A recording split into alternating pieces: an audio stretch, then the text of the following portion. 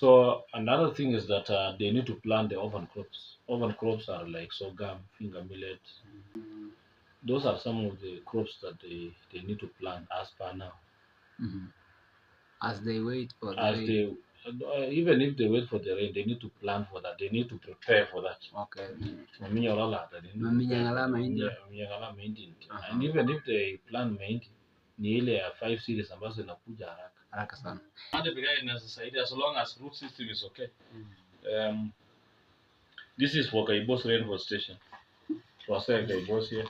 Na akwa vitokeo akatata tukunde pete la wewe. Kwa maana uliona pete la wewe. Akwa vipo masok mo utie susuonde. As you also prepare planning those wale ambao waliweza kupanda nyumba.